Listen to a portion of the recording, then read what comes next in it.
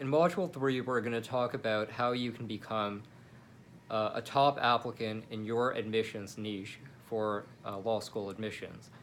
Now, in Module 2, we took the list of law schools that you developed in Module 1, and we used that to get a rough idea of what you need to do to show the law schools that you can meet and exceed the academic and intellectual requirements that they're looking for. So we talked about what you can do to get the LSAT score that you need, what you can do to get your GPA in order, and then what you can do for the third part, which is the more subjective area where you can really show them what unique intellectual gifts you can bring to the table. And you should, after doing Module 2, really have a list here of intellectual and academic areas that are unique, that are interesting, and that really you can bring to the table to the intellectual community, which is the law school that you want to go to. Now, what we're going to do from here is take that list of intellectual and academic interests that you have, and we're going to start to use that to shape a strategy for how you can become a standout applicant. Now, I think the important thing here to think about is really to reflect on a general question, but probably the most common question that people ask in the law school admissions process, and that is, what are top-tier law schools looking for? And one of if you pose this kind of a question at a ordinary law school info session with an admissions dean or representative, the answer that they typically give you is that we're looking for passion, or we're looking for what you're interested in, or what makes you unique.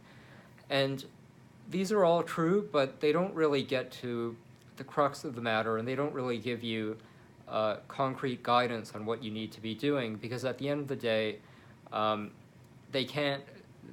Law school admissions is a zero-sum game. You're dealing with a very competitive process where it's not enough to be passionate or unique or whatever. You have to do something that will set you apart and make sure that you're one of the couple hundred people who ultimately get into the law school that you want. So, I mean, to answer this question, what are top-tier law schools looking for? The answer that I am going to offer you and that I would encourage you to think about is that top-tier law schools want you to be the best or one of the very few people in an area that they care about. So, what do they care about? And we already touched on that in Module 2. They want to see someone who's intellectually and academically rigorous, who will really contribute something to the legal profession. And then let's move to the first part. What do they mean by how can you be how can you be the best? And in terms of how you can be the best, one of the things that I would urge you to think about is that there are certain areas that have very clear hierarchies and rankings where it's pretty easy for the law school to tell whether or not you're at the top of your game.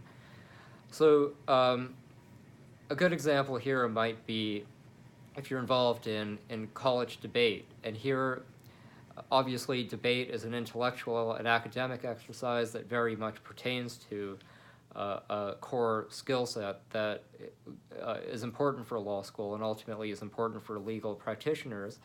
And then if you participate in debate competitions and tournaments and whatever, there's enough competition, there's enough of a hierarchy and rating and ranking system that they sort of know who's at the top of your game. So if you're really featuring this idea or this notion that you're a good debater, you need to show evidence that you're at or near the top. And if you're simply kind of a mediocre, middling debater at a college or in a program that isn't noted for producing top-tier debaters, then what they're going to do is basically say, okay, he's the debate guy, and they're going to compare you to other debate people, and there almost certainly will be others who you're competing against, and if they have other people applying who are doing better in this competition than you, that's not going to look very good. So, so what I would do is at the outset, take that list of intellectual and academic interests that you have, and note next to it which one of these have some kind of competition, some kind of metric where there is a very clear hierarchy, where there is some kind of a clear ranking system. And then for those activities that do have a clear ranking system, the question that you need to reflect on and think about is, are you at the top of the competition? Or if you're not, is there a way to get there? And this is going to require a lot of brutal honesty and reflection, because if you're really passionate about something, but you're not really at the top of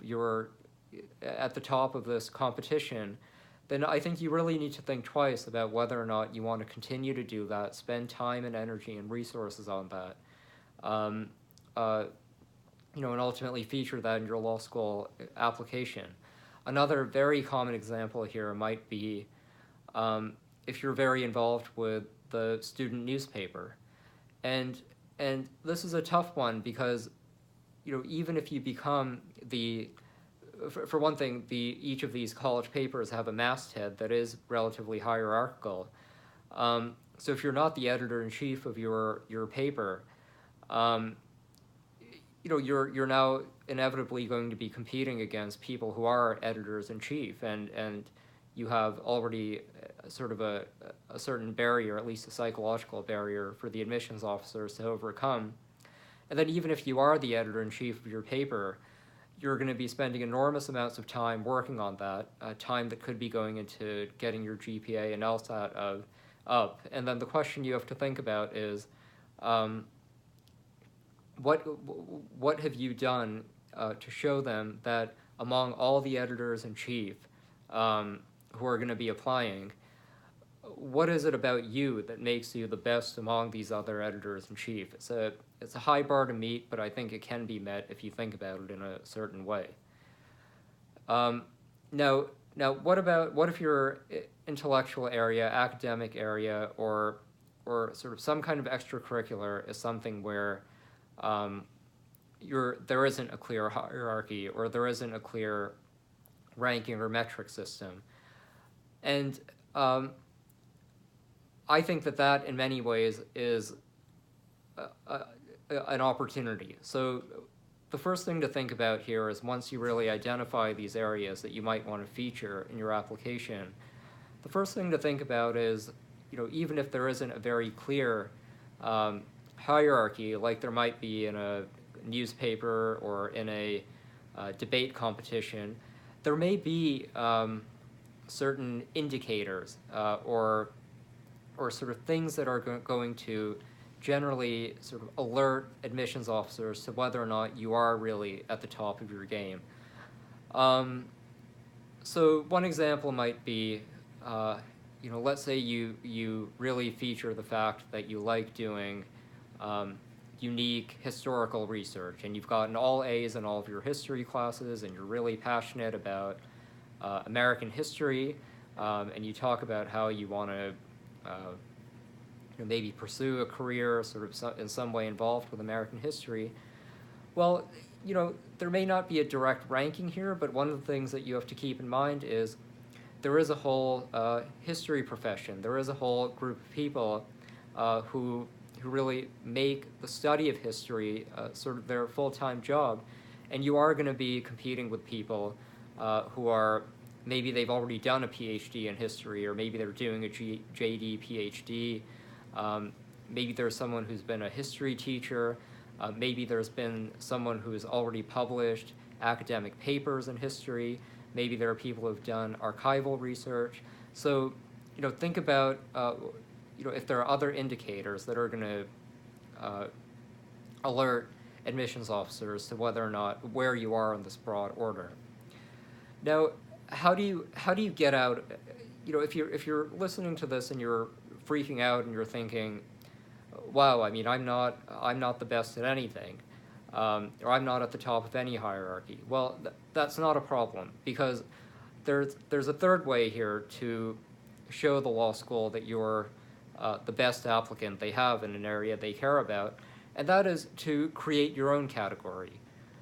Um, and this is actually much easier than it sounds if you really think about it. And the way to do it, there are a lot of different ways to do it, but one of the ways that I would think about is um, look at the look at all the areas that you identified in Module 2, um, and dig down deeper and deeper and deeper, and really think about what it is within this broad area that you really care about.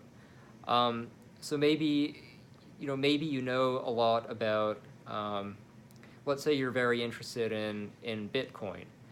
Well, okay, a lot of people are interested in Bitcoin, but what are you really interested in Bitcoin? Are you interested in um, how to make money trading Bitcoin? Are you interested in how Bitcoin might transform the global economy? Are you interested in security threats around Bitcoin? Are you interested in thinking about the future of Bitcoin or alternatives to Bitcoin? Do you have a really provocative argument or thesis about Bitcoin? But what I would say is dig deeper and deeper and deeper until you really figure out sort of this interest at a level of detail where you're basically the first person who's even thinking about it.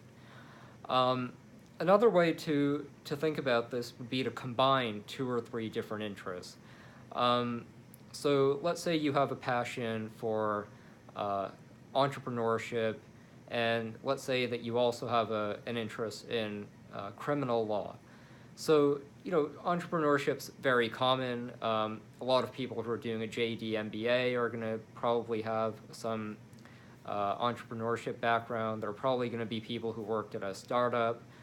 They're doing entrepreneurial things. And then obviously criminal issues, criminal justice is a very common, very popular thing that brings people to law school. But think about where these areas intersect, and all of a sudden you're in a lot of new, interesting realms.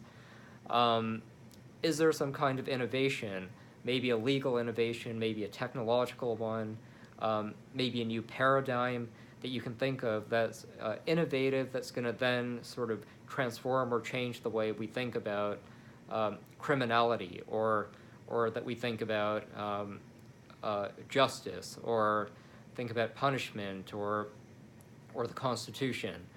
Think about different combinations of things, how you can blend different interests, and then think about what are some projects or activities or things that you can take on. So maybe you can, take your interest in entrepreneurship and in criminal justice, and then figure out some kind of a theory or a project, and then go out and actually do it in a certain part of the country where it's never been done. That would be interesting. And then you can do that kind of a project, and then maybe you can come to some kind of a very develop some kind of innovative argument or take that might be new to the people reading your application. A final thought I'll make here on how to be a unique or a standout applicant is ask yourself, what issue or what set of issues do you have a contrarian or a new viewpoint on? What is a viewpoint or a perspective that would be interesting to have in a law school seminar that may not be very common? So, for example, maybe maybe politically you're at one end or another end of the spectrum that isn't very popular. I mean, stereotypically, I would say most students are sort of center-left Democrats. So maybe you're maybe you're someone who's very, very conservative in a religious way, and you come from a certain part of the country where the Bible and other things really shape your worldview. That might be interesting. that might be something you can explore. Maybe you've thought about, maybe you've really studied financial markets, and you've thought about legal regulation in financial markets, and maybe you've come to the conclusion that there's some area in finance that needs much more regulation than people are thinking about, or a new regulatory paradigm altogether.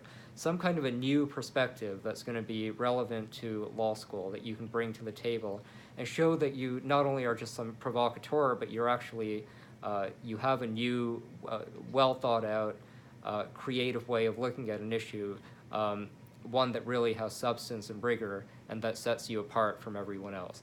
So these are just 3 different examples, but what I would say is take that list you have, your academic, intellectual areas, dig into them deeply, or combine them, or think about your unique kind of vision or angle around that issue. See what you come up with, and then try to think about concrete activities, concrete projects, things that you can do to demonstrate that you're the best at your field. And once you do that, if you do this right, you'll figure out a way, no matter who you are, no matter what you're interested in, to really present yourself as someone who's the top, who's at the top of their field, the top of their area, and that'll really make you stand out from the competition.